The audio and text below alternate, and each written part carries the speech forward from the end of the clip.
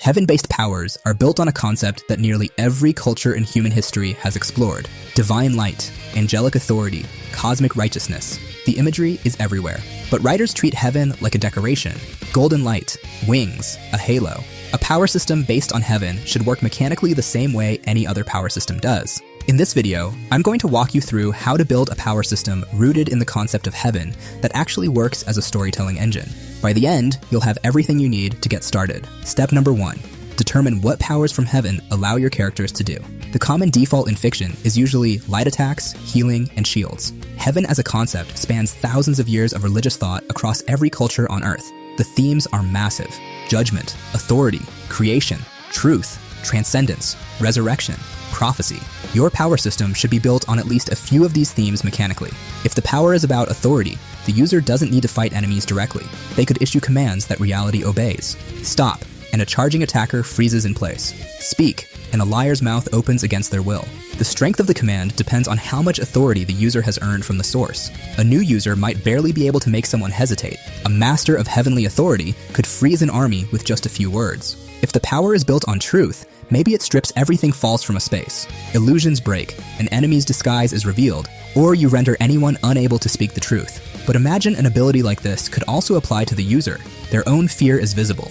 Their doubts are exposed. Everyone nearby knows exactly what the user is feeling the moment they feel it. This could be a double-edged sword and make for interesting limits in your story. Heavenly powers could also be focused on creation, powers that allow the user to build physical things from divine energy: walls, weapons, structures, constructs made of solid light, or some material unique to the heaven of your world. Christianity and many religions have stories of resurrection.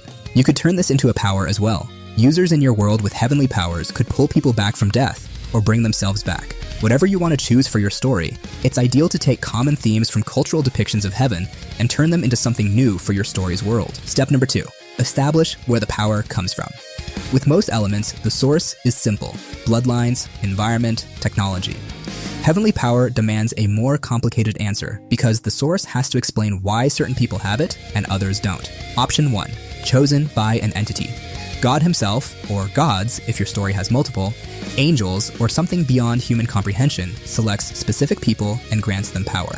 The entity communicates to humans and gives them directives, and they would be able to revoke the gift. This works when you want the relationship between the user and the source to be central to the story. What happens when the entity goes silent for months? What if its instructions become increasingly strange?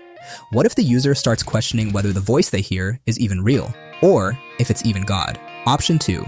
Inherited through bloodlines. An ancestor was chosen and the power from heaven was passed down throughout generations. The original recipient earned it, the descendants didn't. Some might be terrible people with divine power they don't deserve. Others might be decent people terrified of what they inherited. This separates worthiness from power in a way that creates instant tension in your world.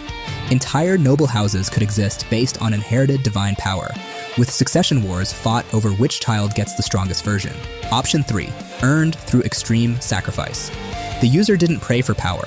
They survived something that should have killed them, physically, emotionally, or both.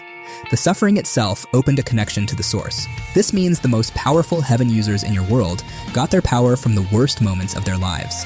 Every time they use it, they're reaching back into that moment. The power works, but it never lets them forget what it cost. Option 4. Taken by force. Someone breached a sacred place, consumed a relic, or killed something celestial and took what was left. The power wasn't given, it was stolen. It works, but it resists the user. It burns hotter than it should. It activates when they don't want it to, and whatever the user stole it from might still be looking for it. Or you could make the power entirely neutral. A character takes the power and it's theirs until they die, or gets taken from them. Step number 3. Classify the users. Heaven-based power systems have a massive advantage for classification. Every major religion in human history has built hierarchies of divine beings, and you can pull from any of them. One approach is angelic ranks. In Christian tradition, angels exist in a structured hierarchy: seraphim at the top, basic angels at the bottom. You don't have to copy the names, but the concept of ranked divine orders gives you a ready-made classification. Lower ranks handle protection, minor healing, and sensing dishonesty. Higher ranks wield authority that bends natural law. Each rank has different abilities, different responsibilities, and a different relationship with the source. Another approach is classification by virtue.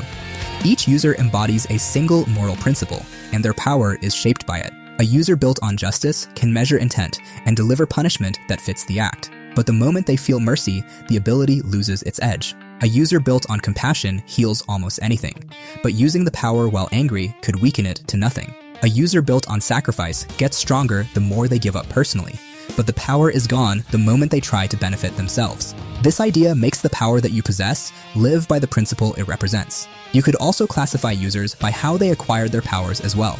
Those who were chosen, those who inherited, those who suffered for it, those who stole it. Each group fights differently, pays differently, and relates to the source differently. Chosen users are stable but answer to something. Thieves are powerful, but the power fights them for control. Ask yourself, which classification would people in your world respect the most? Which would they be afraid of? And what happens when users from different categories meet on a battlefield? Step number 4, name your power system. Same advice as any other element. Keep it short, keep it speakable. Test it in dialogue. If the world treats the power as sacred, draw from scriptures, dead tongues, theological tradition, something that sounds carved into a temple wall. If heaven in your world functions like a government, then take the holiness away from it. Give it a flat-feeling name. If the world fears it, the name should sound like a warning, something spoken quietly, something people avoid saying at the full volume of their voice. Don't go too grand. The eternal radiance of the divine sounds dramatic for one sentence and then drags every scene it appears in. A street-level name, something soldiers and civilians shortened into slang, will be easier to remember than ceremonial-sounding names. Step number 5, figure out the limits. Heaven-based powers without limits create a unique problem. If the power of heaven is real and unlimited, why hasn't it already fixed everything? Why does evil exist in your world? Why does anyone suffer? You need an answer to this, or your world has a hole in it the size of a continent. The most interesting limit is that the power is conditional on the user's internal state. Genuine conviction activates it. Doubt weakens it. Selfishness shuts it off. And the power can tell the difference between what you say you believe and what you actually believe. You can't fake sincerity. This makes every battle partly psychological. A smart enemy wouldn't need to physically overpower a heaven user. All they need to do is just plant a seed of uncertainty. Another idea is that the power can protect but not destroy. It shields, contains, restrains, and heals, but it refuses to kill. The moment the user's intent shifts toward taking a life, the power disappears. This forces heaven users into a specific role in your world. They're guardians and wardens. And the story becomes about whether that restriction survives a world full of people who don't follow the same rules. You could also make the limit physical. The human body isn't designed to hold divine energy. Every use burns through the user's physical reserves. A young heaven user can channel all day and feel tired. A veteran user who's been doing this for 20 years has brittle bones, fading eyesight, and a body that looks decades older than it should. The power stays strong. The person holding it doesn't. Ask yourself, why hasn't heaven power solved everything already? What shuts it off? And is that weakness something the user can control, or is it baked into who they are? Step number 6, establish the rules. The rules of a heaven-based system could reflect the fact that the power itself has standards for its user. Activation could require a stated or felt purpose. The user has to know why they're reaching for the power before it responds. Output of power could scale with pureness of heart. A prayer mumbled out of habit produces a dim glow. A desperate, genuine plea from someone who means every word hits like a freight train. This creates a strange dynamic where the power is strongest when the user is at their lowest. The terrified, broken person screaming for help produces more force than the confident warrior who assumes the power is always going to be there. For consequences of overuse, think about what carrying divine energy actually does to a person over time. Prolonged use could start eroding the parts of the user's personality that make them human. Anger fades first, then grief, then fear. They become calm in situations where calm is inappropriate, steady when they should be shaking, unaffected when a friend dies in front of them. The people around them notice. Something is wrong with this person. They're too still, too composed. The power is smoothing out every rough edge that made them human, and what's left might be effective, but it's no longer the person they knew. Ask yourself, what does activating the power require from the user? And what does sustained use of power take away from them? Step number 7, determine the scale. At the beginner level, the power is weak. At the intermediate level, the power becomes visible. Barriers of solid light that can block a blade. Healing that closes wounds and mends bone, though it takes focus and drains stamina. A voice that carries across a field and makes people want to listen, whether they agree or not. At this stage, the user starts attracting attention from factions that want to use them, temples that want to recruit them, governments want to contain them, and people with other kinds of power start wondering if they're a threat. At the master level, heaven power changes the rules of a space. The user can declare conditions that the area obeys. No weapon can be drawn in this room. No lie can be spoken within this circle. Violators are hit with force proportional to how hard they tried to break the rule. Masters could have the power to heal lethal injuries. The legendary level should scare the audience as much as the characters. The user might stop needing food or sleep. They perceive time and people differently. Conversations they had years ago replay with perfect clarity. They start seeing patterns in events that no one else can see.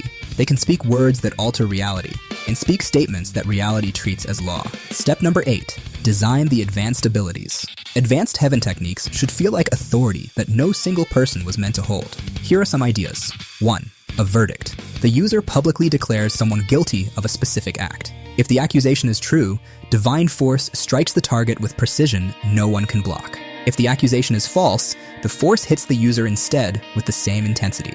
The user has to believe the accusation enough to bet their own life on it. Every time this ability is used, the audience holds their breath because nobody knows which way it's going to go. 2. A covenant. The user creates a binding agreement between 2 or more people that cannot be broken. The terms feel like pressure in the chest, like a second heartbeat. If anyone violates the terms, the power enforces consequences on its own. The catch is, the user is bound by the covenant too. They can't write rules they're willing to break themselves. 3. A seal. The user permanently locks away someone else's power, ability, or supernatural trait. Completely gone, or just inaccessible. Sealing would require sacrificing an equal measure of the user's own power permanently. A piece of you goes with it and doesn't come back. Step number 9. Stress test your power system. Break everything. If the power depends on sincere faith, what about if a fanatic who sincerely believes their genocide is righteous? Can they wield heaven's power at full force while slaughtering innocent people? If yes, that's a terrifying flaw in the system that someone in your world can exploit. If not, what specific mechanism prevents it? If truth detection is standard among heaven users, how does politics function? How do diplomats negotiate? Has your world adapted to the presence of walking lie detectors? And if so, how?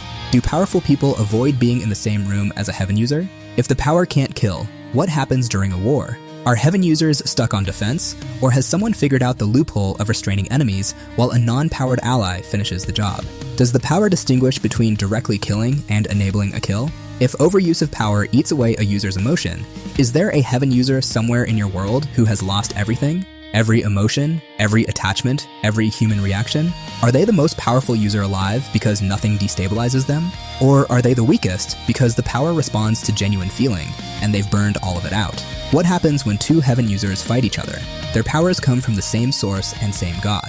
Both of them believe they're right. So whose power wins? Or does the system refuse to function when it's aimed at another user?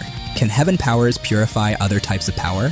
If someone with a curse, a demonic contract, or a corrupted ability stands in front of a heaven user, can the heaven user strip it away? If yes, every other power system in your world has a natural predator, and that changes the balance of everything.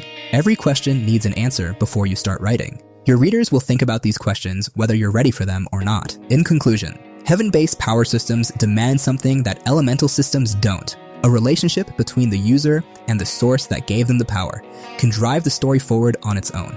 The power has a will. It makes choices. It might disagree with the person using it. That dynamic, the tension between what the user wants and what the source demands, is the engine of every good heaven-based system. Figure out what the power does beyond healing and shields. Choose a source that raises hard questions about who deserves divine power and who doesn't. Classify your users in ways that put them at odds with each other. Keep the name of your power system grounded. Limit the power so that evil can still exist despite it. Write rules for activation and consequences for breaking those rules. Scale the abilities from a quiet warmth to a voice that rewrites reality. Design powerful advanced techniques, and then stress test every rule for the exploits your readers will find before you do. If this video helped you, hit the like button and leave a comment below.